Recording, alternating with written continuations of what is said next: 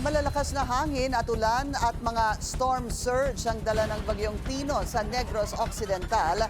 Yan ang agenda report ni Ryan Gamboa live mula sa Bacolod City. Ryan, kamusta ang sitwasyon dyan? Yes, Pinky, malalakas na hangin at walang tigil na ulan ang tumama sa lalawigan ng Negros Occidental kanina.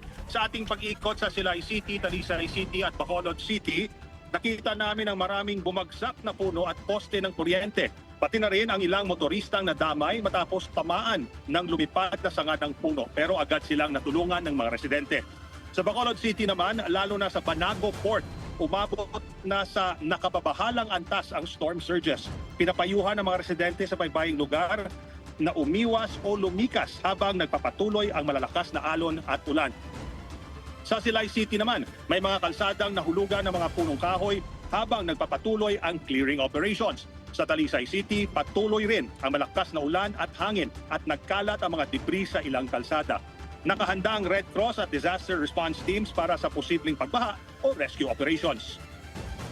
Pinky, sa Murcia naman, nakararanas din ng malalakas na pag-ulan at pagkawala ng kuryente. May ilang kalsadang binabaha, partikular sa mga barangay na malapit sa ilog at sa mababang lugar. Ayon sa Negros Electric and Power Corporation, lahat ng power transmission lines sa Negros ay nag-trip off na nagresulta sa kabuuang pagkawala ng kuryente sa franchise area. Apektado ang higit 250,000 customers sa Bacolod, Silay, Talisay, Bago, Murcia at Don Salvador Benedicto. Patuloy ang pagsisikap ng Negros Power na maibalik ang supply ng kuryente sa lalong madaling panahon at kapag ligtas na para sa kanilang linemen. Sa Bago City naman, umaapaw ang tubig sa ilog na dumadaan sa Buenos Aires Mountain Resort. Nasira ang tulay matapos tangayin ng raging river waters ang ilang istruktura. Sa Barangay RSB, La Carlota City, napilitang umakyat sa mga rafters ng evacuation center ang mga lumikas na residente matapos tumaas ang baha sa loob ng pasilidad.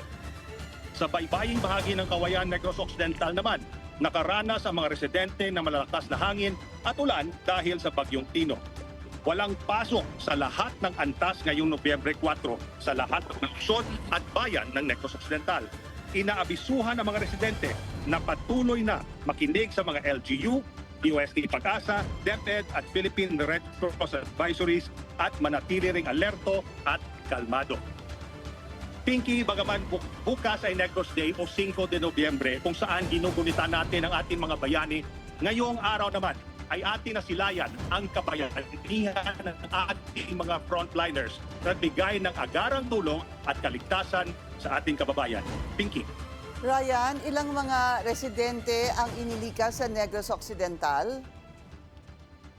Sa ngayon, Pinky, wala tayo ng total number pero unti-unti na pumapasok yung mga numbers. Wala namang mga areas na tamaan ng baha na for a long period of time.